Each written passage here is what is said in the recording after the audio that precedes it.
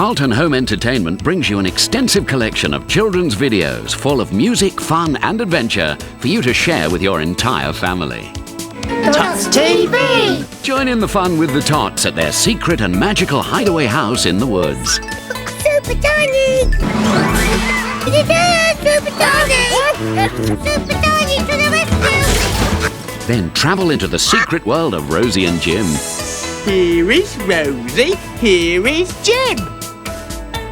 I am Princess Starla.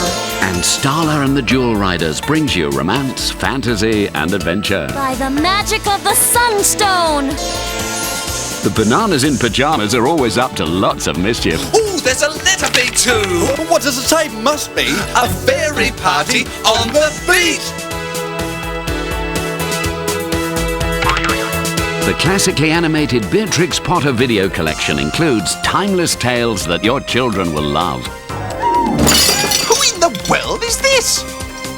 I'm Timmy Willie. And the old bear books are brought to life with captivating model animation. Rabbit peered under the car. How does it work? He asked. With this, said Little Bear. Whoopee! The Willows in Winter continues the story of Ratty, Mole, Badger and Toad. Look, Ratty! New hands! What is that thing? All of these wonderful children's videos and more are available from Carlton Home Entertainment for you and your family to own.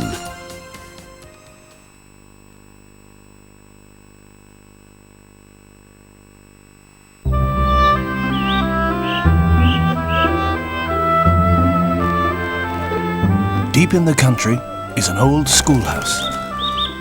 But this is no ordinary school. This is home to dozens of animals, and these are the antics they get up to and the tales they have to tell.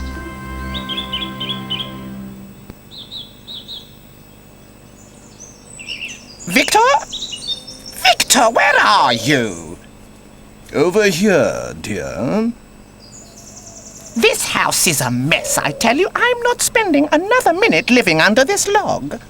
It's early spring, and the Vole family is thinking of moving house. But where will they find the perfect home? Boo! The rabbits have moved into the best burrows, but with so many babies around, there'd never be room for a family of voles, too. Come and play with us. Yeah, come on. We've got this great game. We're daring each other to sit in the dinner without Mum seeing.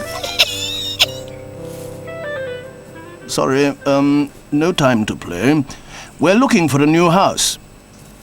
What about over there? In a corner of the garden is the bird table, where hungry great tits come looking for peanuts from the feeder. Come on, Peanut. Gotcha. We can't live up there, we can't fly. You can't live up here either, mate. It's too high. Too high. You'd be falling off here in no time. You stick down there where you're nice and safe. So the voles go on their way. But they soon find out there are some parts of the garden that are safer than others.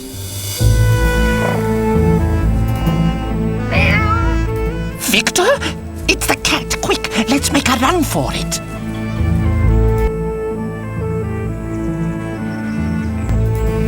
But lucky for them, the cat doesn't feel like hunting.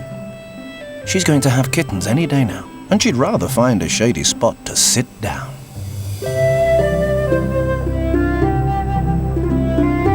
Now the pond could be a good place to make a home.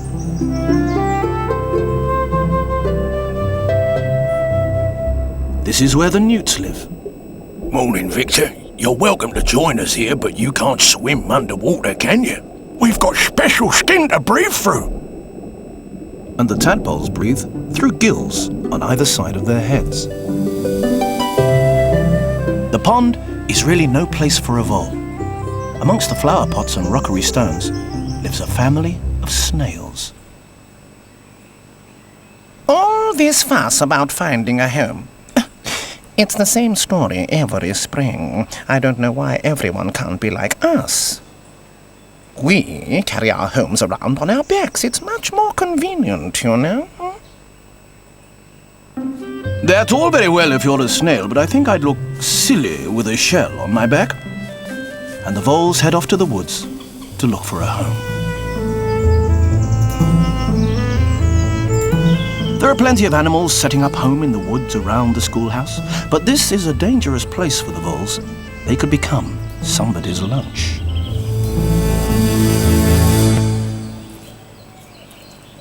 Hello, little voles. Just you come over here. I could show you lots of places to live. Don't listen to him. The deer is right. The voles should keep well clear of the wily fox. Come back to the garden, mate. We didn't mean all that about falling off the chimney. Yeah, we don't care if you can't fly. We're still your friends. Come on, Vera. And the voles make their way back through the yard, past the puppy in his kennel, and back to their log.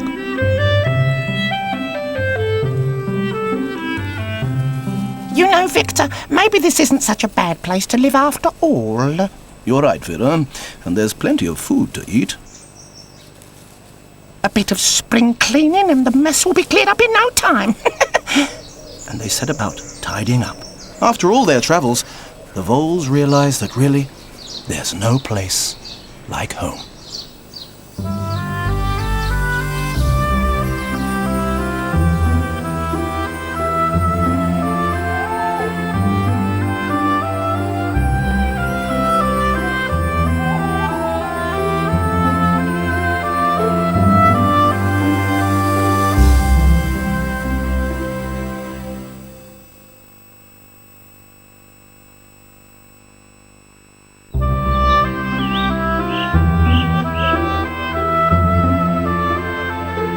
Deep in the country is an old schoolhouse.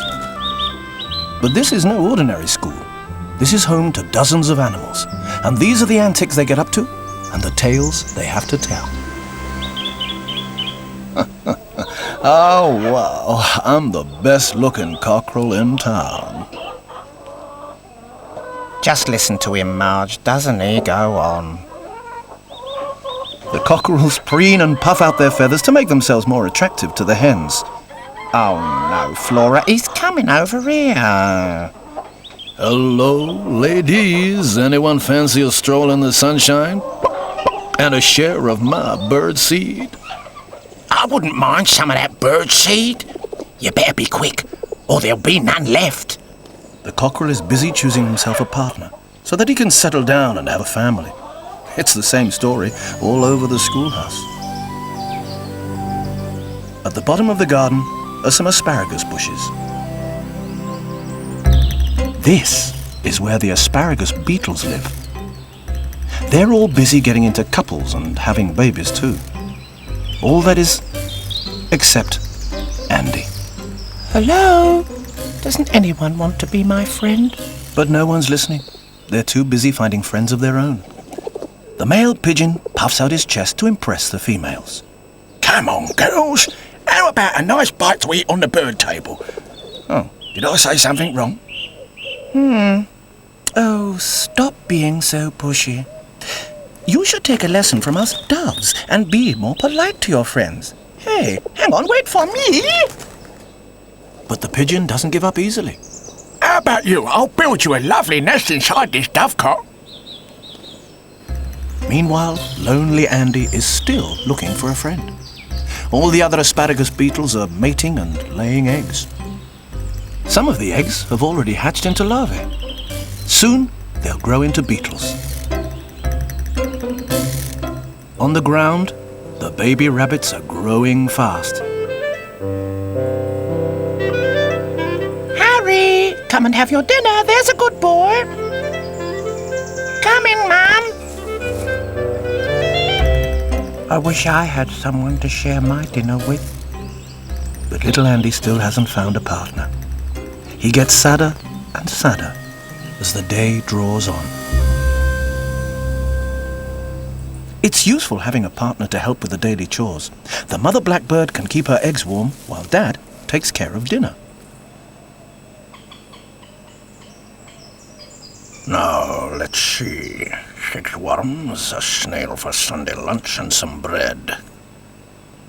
Oh, this bit's rather big. Right, here we go.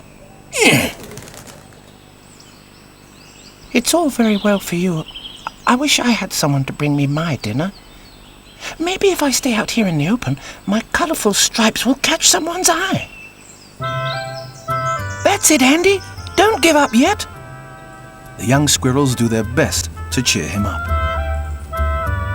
Save some of those peanuts for me. You'll have to catch me first. You can't see me. I'm behind a tree. The commotion soon disturbs another pair of garden residents. Oh, don't tell me it's time to wake up already. Winter seems to get shorter every year. The hedgehogs have been hibernating in their nest of leaves, waiting for the sunshine and the fresh new smells to tell them it's spring. Breakfast time, or is it supper time? Very confusing, being asleep so long. But what about little Andy? His plan is beginning to work. Hello. I've been watching you from the other twig. Are you all alone? 'Cause so am I. And so, Andy finds himself a friend. Soon, they're planning a family, just like everyone else.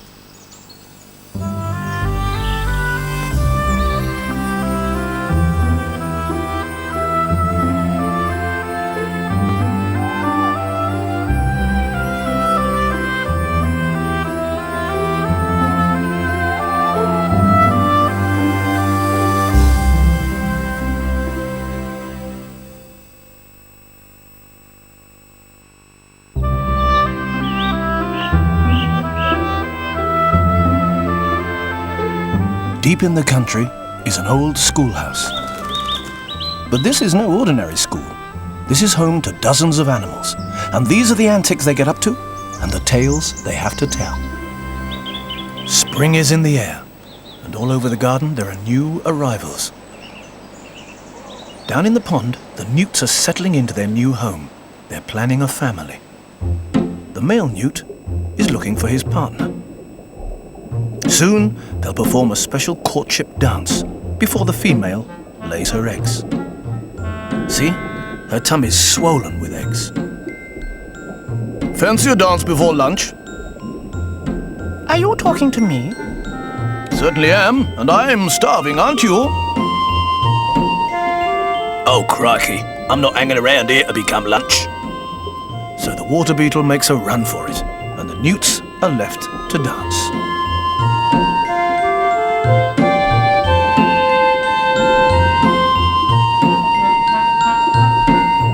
They flick their tails and glide gracefully round each other until the female has had enough. I'm exhausted. All this dancing around and me about to lay eggs too. Now, let's find a safe place for these babies. She sticks each egg to a leaf.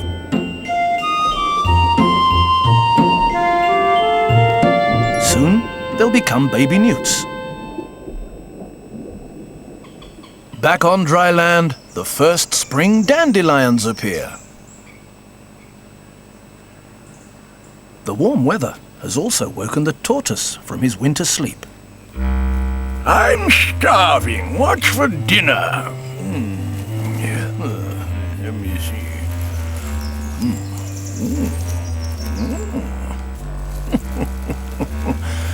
I do believe dandelions. Oh, my favorite.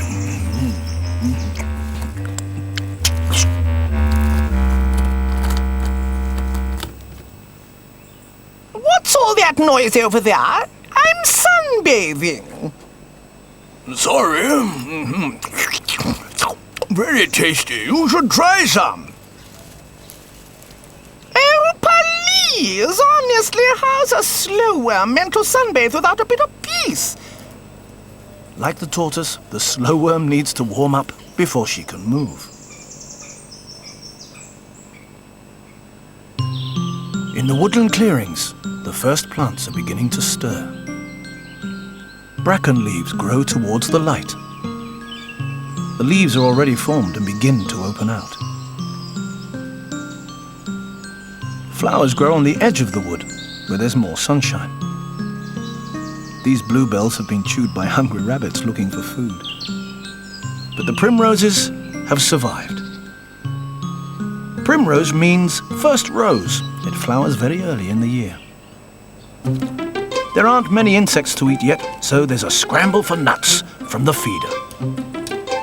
The birds don't know it, but they're being watched. But it's not just Bianca the cat who's interested.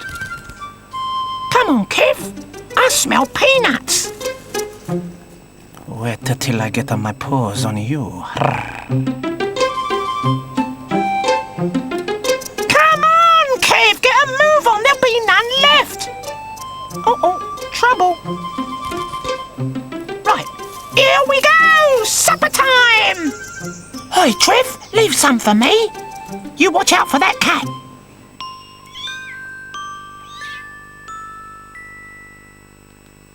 Mum?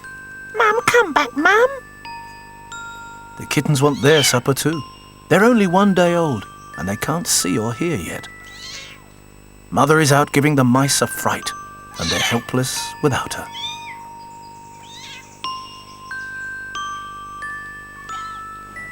But the cheeky mice live to fight another day, and Bianca returns to her kittens and dreams of a mouse for tea tomorrow.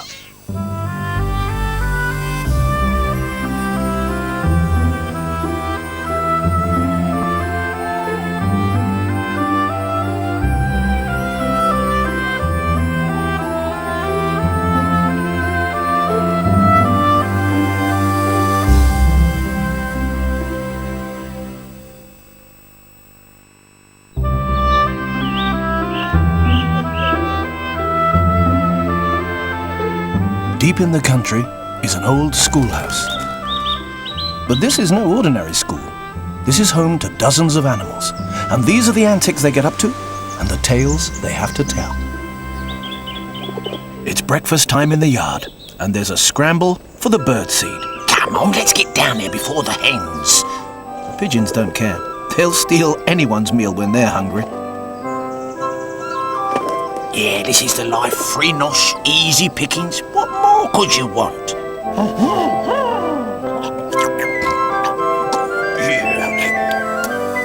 Get your greedy beaks out of it. That's ours. Go and find your own. Are these pigeons causing trouble? These ladies need their breakfast. They've got eggs to lay. You pigeons wait your turn. Stop barging in. Oh, me? Never touched them, Governor. Anyway, there's plenty for all of us. The pigeons carry on helping themselves. It's the same story every morning.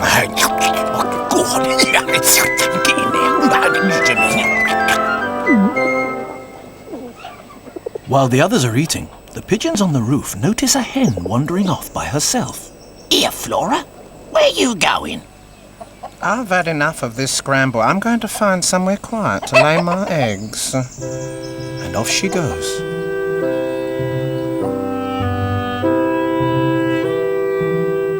Now, where does everyone else lay their eggs? The garden's peaceful at this time in the morning. There's just the gentle hum of the masonry bees, who've already started laying their eggs between the bricks in the wall.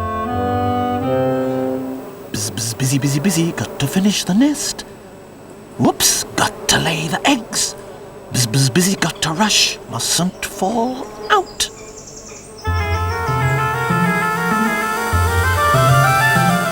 The masonry bees have made nests in these glass tubes between the bricks.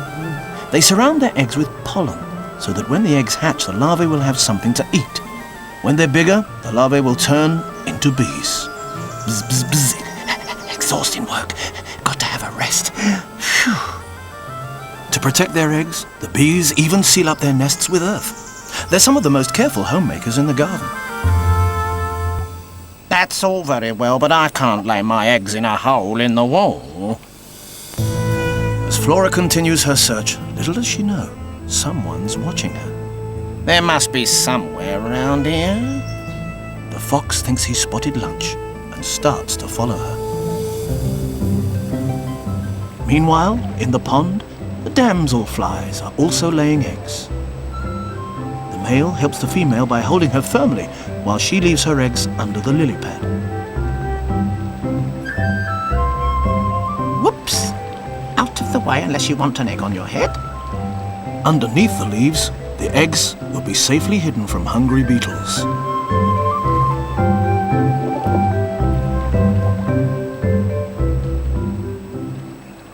In the garden, Flora's so busy thinking about her eggs, she still hasn't noticed the fox. Where do you swallows lay your eggs? Us? We go indoors where it's warm and dry. Come on, Flora, I'll show you. I found an empty corner in this stable. The mother swallow uses feathers to line her nest. If I were you, Flora, I'd come up here to the rafters with me. When I'm sitting on my eggs, no one would ever know I'm here.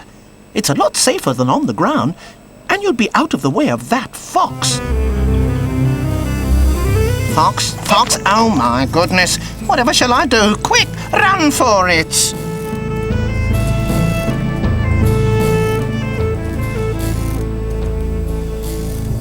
The hen is lucky. She escapes back behind the safety of the chicken wire just in time, and the wily fox has to look elsewhere for his lunch.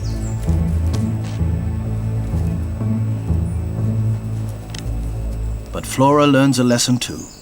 Everyone has their own safe place to lay eggs, and hers is back in the yard, well away from her inquisitive enemy, the fox.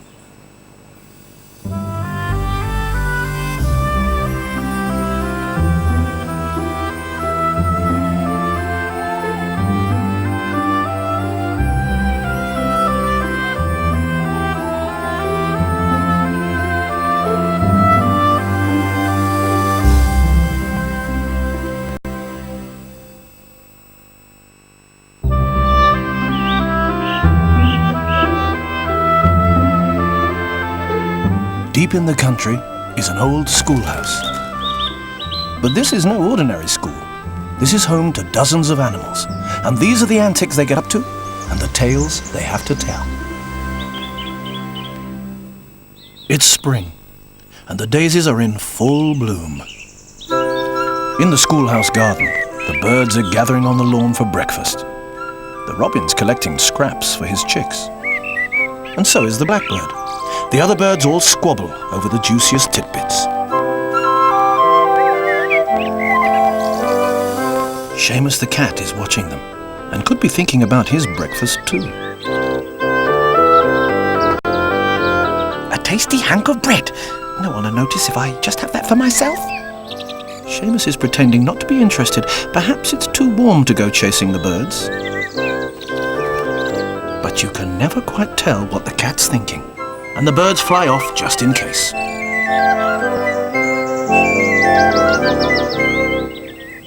Even the jay on the bird table takes a last crumb and decides to make a dash for it. Oh, really, what a lot of fuss to think I'd ever so much as touch a tail feather.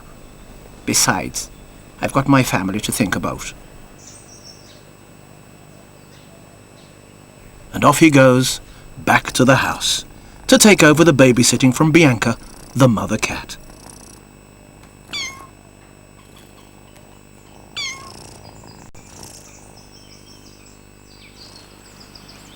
I'm a beetle in a buttercup, and here comes spring. Wash my feelers and wash my wings. The beetle is not the only one in a good mood. The playful squirrels have noticed that there's no one on the bird table. Sally checks the coast is clear before she jumps up. It's our lucky day. Enough lunch for 20 of us, and we don't even have to search for it. But her brother Sam is not so sure. Oh, Sal, it's a bit high. I don't think I can jump that far. Come on, don't be such a baby. All right, but I'll just see whether there's another way up around here. Boys, really tough as old boots when they're climbing trees. Anything harder and they're hopeless. Oh well, all the more for me. Nearby, the hungry caterpillars are watching Sam's progress. Now that the birds have gone, it's safe for them to come out and have a good munch. Do you think he's going to make it? I don't know. OK, Okay, there's no easy way up, so I'll have to close my eyes and jump. Oh, but it's so high. I'll just have a scratch and think about it. Oh, do stop dithering and get on with it! All right, I'm going to do it. Oh no, I can't. Goodness me, we'll be here till tea time waiting for him. One by one, the birds fly back to the bird table to finish their breakfast.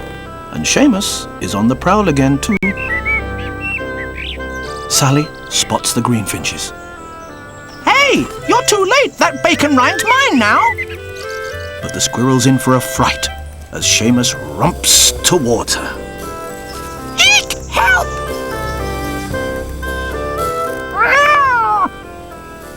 I was only having a bit of fun. Fun, he calls it, scampering about the place, scaring the wits out of everyone. The tortoises are getting annoyed. Can't you take a joke? I'm going to find somebody else to play with.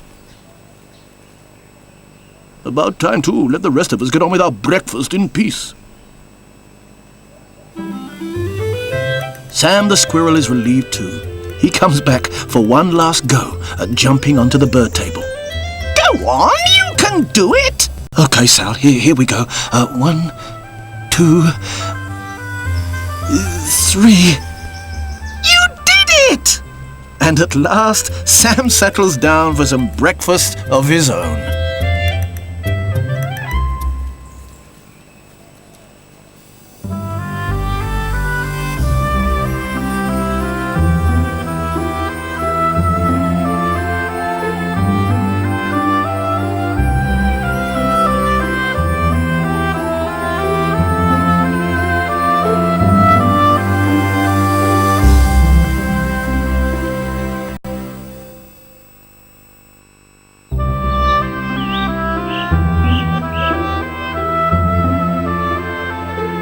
Deep in the country is an old schoolhouse. But this is no ordinary school. This is home to dozens of animals, and these are the antics they get up to and the tales they have to tell. It's a very exciting day at the schoolhouse. Flora the hen's eggs are about to hatch. Come quick! The babies are arriving! Babies? Babies? Wow! Hey! I'm gonna be a dad. Listen, you lot, I'm gonna be a dad. Come quick! The baby chicks have already started to crack their shells and poke their way out with their beaks. There's no time to lose, and the pigeon sets off to spread the news to everyone else. It's hard work being born. Just one more push. Eventually, the tiny chick breaks out, head first, damp and spindly, into the world. Oh, where am I? Which way is up? Where's my mum? He's soon followed by his brothers and sisters. Will someone turn me the right way up? Don't look at me, I can't stand up either. The pigeon tells the starling, and soon the word spreads all over the garden. One by one, the chicks hatch, and gradually the animals gather to meet the new arrivals.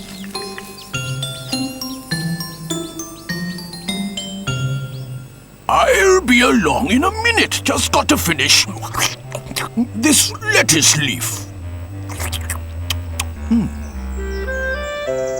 Victor Vole, are you in that log? Come and see the new chicks. Chicks? Chicks? Who said chicks? But being a cat, Bianca might well harm the baby birds. You keep well away! Well away, do you hear? Yes, well away. Bianca knows she won't get past the dogs, and gives up. The chicks have all hatched now. They're still quite weak, but as they begin to get stronger, they're able to stand up without help. They're also getting hungry. Their feathers are drying out too, and they're starting to get their fluffy yellow colour. Apart from one little brown one, who was the first to be born.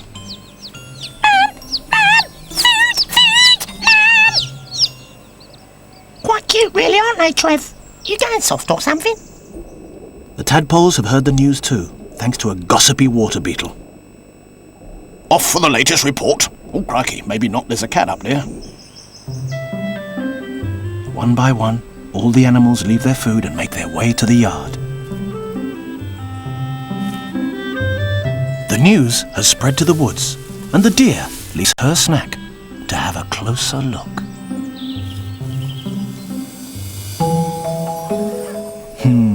The chicks are a few hours old now, and their feathers are completely dry. They look like fluffy bundles. They're getting stronger too, and some of them are trying to flap their wings.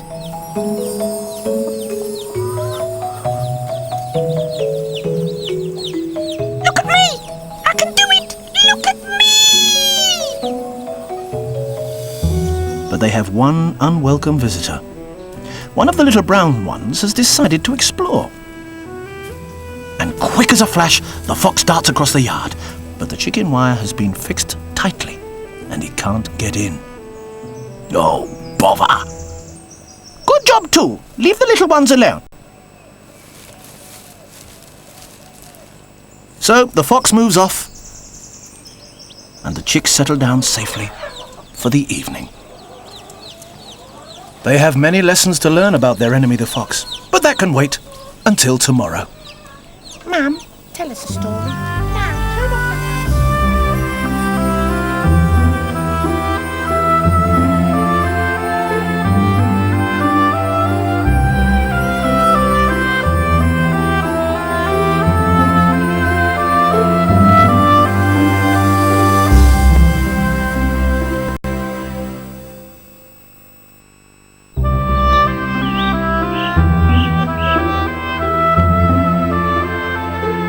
Deep in the country is an old schoolhouse.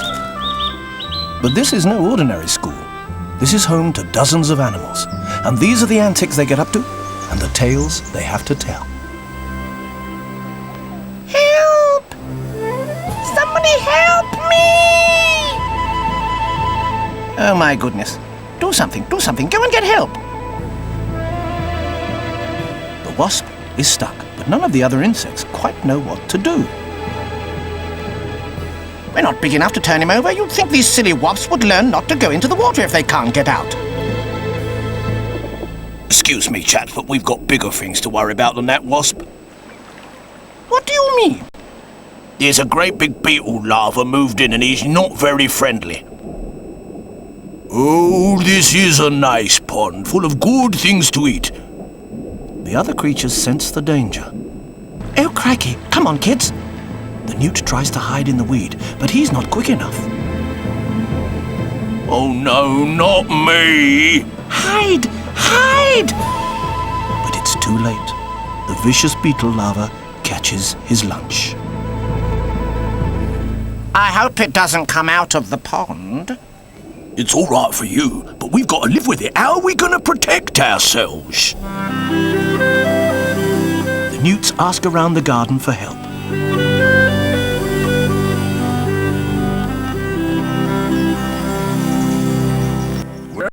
I always find that having a nice hard shell stops anybody from getting any funny ideas about eating me. High up in the treetops, the bumblebees have an idea too. We've got stings in our tails. If anyone tries to eat us, they'd get a nasty surprise. A short, sharp sting. Don't be daft. That's no good if you're a newt. Newts don't have stings. The insect is right, of course. Meanwhile, the beetle larva is looking around for pudding. Oh no, he can't still be hungry. There must be some way to protect ourselves. Hey, you over there. What would you do? The deer knows that a clever disguise can work wonders. My brown coat helps me blend in with the trees. Anyone who wants to chase me has to find me first. But the wood ants have a different trick. Oh, no. You see, the best thing to do when you're in trouble is to stick together. There's safety in numbers, and when there are lots of us, we can fight off our enemies. On the lawn, the hedgehog rolls into a tight ball. Our enemies get a nose full of prickles if they come near us. That's all very well, but it doesn't help us. Let's ask Terry the Toad. He's always got an answer.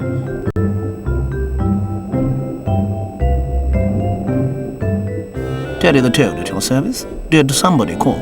Yeah, that nasty beetle larva is after the tadpoles. Well, he won't get past me. I'm bigger than he is. The beetle larva takes one look at Terry and heads for the weeds. That's seen him off. Thanks, Uncle Terry. My pleasure, son. It's beginning to grow dark around the schoolhouse. What a lovely nap. You know, the sensible thing is to come out at night when no one can see you. The badger cubs have the same idea. It's safer for them to hunt for food under the cover of darkness. The garden is full of dangers, but all the animals have a trick up their sleeve to keep them out of trouble. How to keep safe is a lesson everyone has to learn.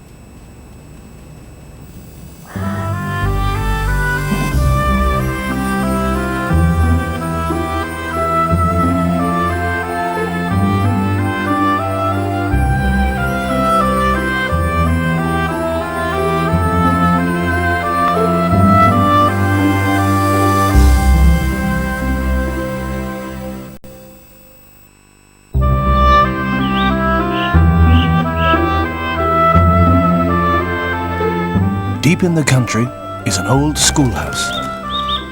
But this is no ordinary school. This is home to dozens of animals, and these are the antics they get up to and the tales they have to tell. It's a busy morning in the garden. Down in the woods, the ants are getting ready to go to work. Come on, quick, march all together. You slicking at the back there. They hurry out of their nest and set out on a long journey.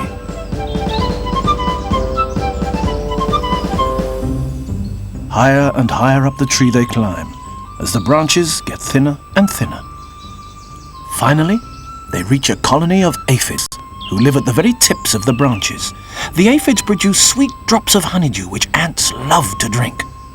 The ants carry it back to their nest to feed their young. Oh, I need a rest. Hey, come on, lazy bones, we need help. Backwards and forwards they'll go, all day long. Over on the rhododendron bush, it's just as busy. The bumblebees are up early to get the best nectar from the flowers. Like the ants, the bees take food back to their nests. Then they'll make it into honey. Owls and owls was out to rest. Bzz, bzz, bzz. I think you missed a bit here. Oh yeah, thanks. Bzz, bzz, bzz. Meanwhile, inside the schoolhouse, the kittens are a few weeks old. They're beginning to explore, and they're full of mischief. I tell you, this rug's alive. Don't be silly, Jaffa. It's only a carpet. Look at me, everyone! The kittens are warm and happy indoors, but outside the wind is picking up. Oh no, it looks like rain. There's a storm brewing. Socks the puppy doesn't like the thunder and heads for her kennel. Down comes the rain. And the animals run for cover. Come on, boys, quick march back to the nest on the double. You chicks come along now, shelter under my wings. Right, Mum. Oh, it's going all dark. Get a move on, Sal. It's going to pour.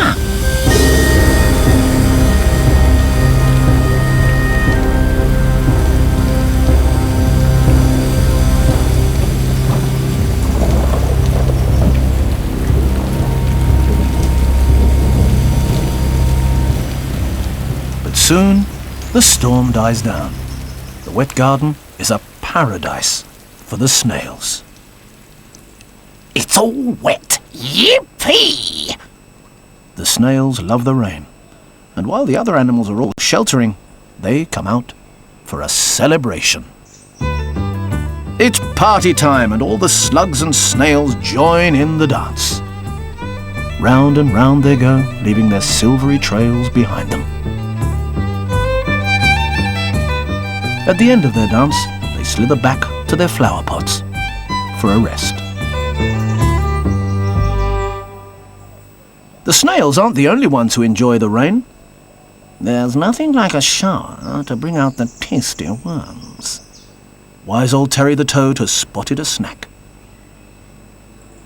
But Terry's got competition from the frog. That worm's mine. Not if I get there first, it isn't. Right, jump for it. Ah, missed. Now, where did it land? But the worm has escaped, and the frog and the toad have to look somewhere else for a snack. Here, little worm, come to Terry Wary.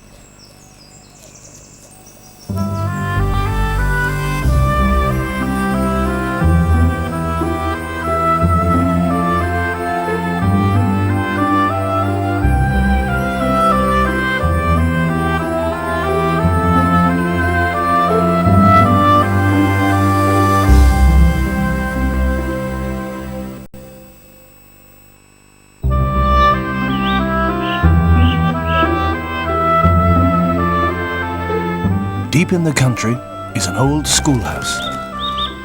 But this is no ordinary school. This is home to dozens of animals, and these are the antics they get up to and the tales they have to tell. E, was that you? No. La-di-da-di-da-da. It wasn't me either. There's a strange noise in the garden, and it's disturbing everybody's breakfast. I'm hungry. Here, look, Trev. It's a baby jackdaw. Where did you come from, then? I fell out of my nest.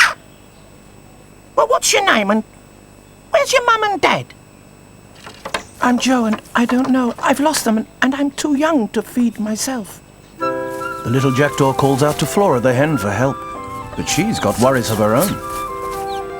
Oh, don't look at me. It's the first time my chicks have been in the garden, and they're driving me crazy, running all over the place. I'm trying to teach them how to catch grubs, which is harder than it looks. Mum, can I do it? Oh, I'm so proud of my babies. They're so clever. I think I'm getting the hang of this. I'm bored. Gradually, the chicks learn to feed themselves.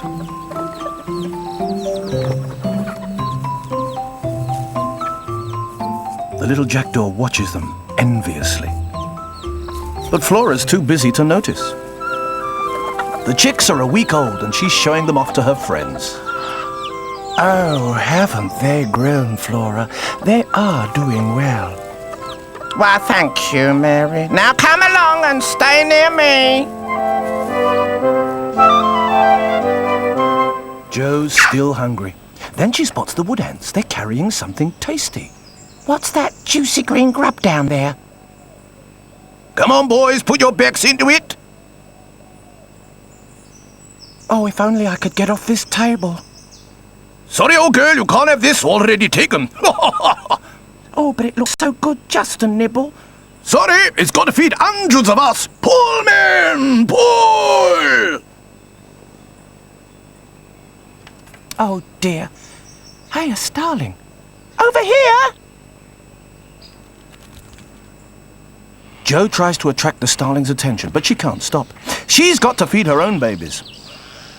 Please, just a little, please. Mum, I want some more beetles! Sorry, I've no time to feed anyone else's chicks. My tummy's rumbling. But the starling just carries on feeding her babies while poor little Joe can do nothing but watch and feel hungry. Meanwhile, over in the nettle patch, the caterpillars are waking up for their breakfast. Nothing like a nice juicy nettle. The jackdaw watches from the table and wonders. Do jackdaws eat caterpillars? I don't know, but you're not going to eat me. Don't worry, I can't fly yet anyway. Joe's hungry squawking attracts Bianca's attention. Uh-oh, it's a cat. We've got plenty of food down here if you care to come and join us. For a second, Joe is tempted, but breakfast with Bianca wouldn't be a good idea. And besides, someone has finally taken pity on the poor jackdaw. Sometimes baby animals that have lost their parents have to be looked after by humans. But the jackdaw doesn't mind, as long as she gets her food. So, the schoolhouse is peaceful again, and the kittens can settle down to a morning nap.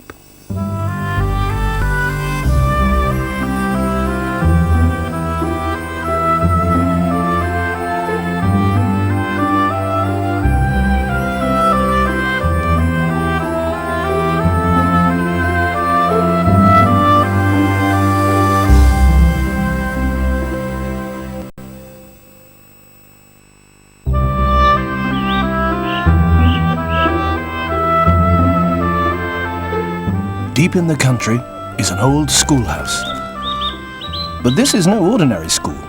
This is home to dozens of animals, and these are the antics they get up to and the tales they have to tell.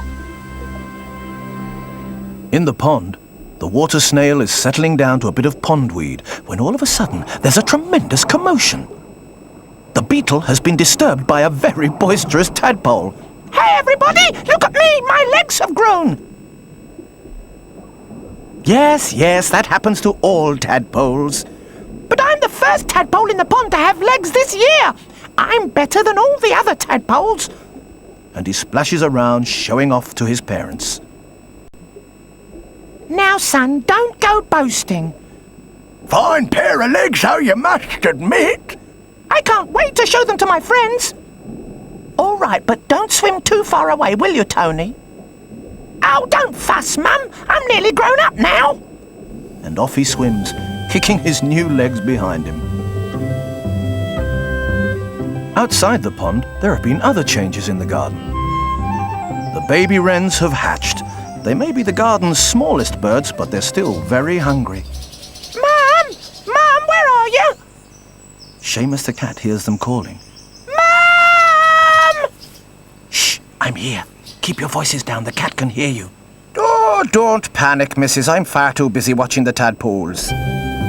Tony's still practicing his swimming. Most amusing. Whee! Oh, mind out! Sorry.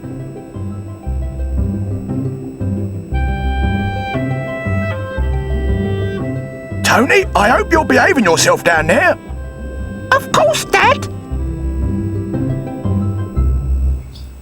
Those tadpoles have grown up so quickly. I wonder how long it will be before they leave the pond. Ages yet, you old bully. They've got to grow front legs first. How tiresome. Maybe I could go and worry a moth instead. The cinnabar moth is looking for a shady leaf to lay her tiny yellow eggs. These eggs will hatch into caterpillars in no time. Over in the woods, a family of ferrets has moved in. These sleepy babies are only a few days old, and they can hardly move.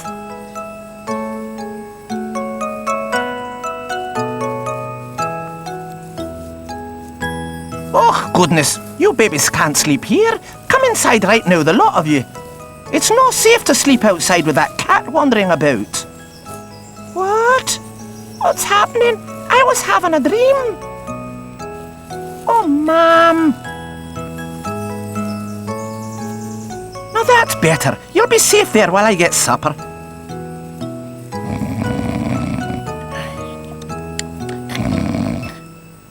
Seamus is still watching, while Tony the Tadpole darts backwards and forwards without a care in the world.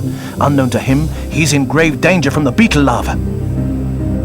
Tony, look out! I'm all right. All right for a snack! Oh, help! But it's too late. The little tadpole is no match for the vicious jaws of the beetle larva, and his mother can do nothing to save her son. Oh, Tony, I told you not to go too far. There's nothing you could have done, dear. It could have been any of us. Of course, the beetle larva has to eat to survive, just like the other creatures. We still have other babies, dear, and soon they'll have legs too. As the beetle larva finishes his meal, the other tadpoles vow to stick together from now on. And as the excitement dies down, Seamus also makes his way back to the schoolhouse for his dinner.